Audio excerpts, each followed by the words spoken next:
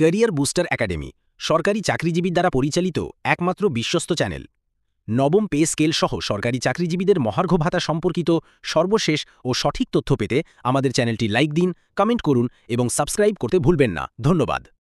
আজ রবিবার সচিবালয়ের পুরাতন ১ নম্বর ভবনের সাবেক মন্ত্রী পরিষদ কক্ষে জাতীয় বেতন কমিশনের দ্বিতীয় সভা অনুষ্ঠিত হওয়ার সম্ভাবনা রয়েছে। সভায় সভাপতিত্ব করবেন কমিশনের সভাপতি ও সাবেক অর্থসচিব জাকির আহমেদ খান।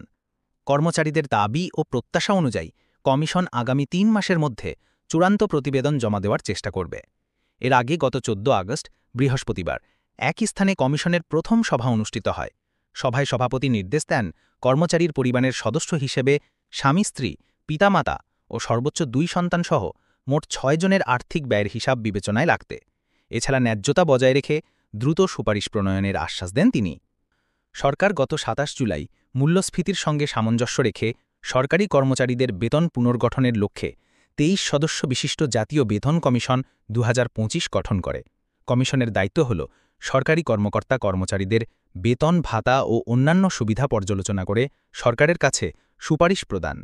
সম্প্রতি কমিশনের সদস্যরা অর্থ উপদেষ্টা ড সালেহুদ্দিন আহমেদের সঙ্গে সাক্ষাৎ করেন।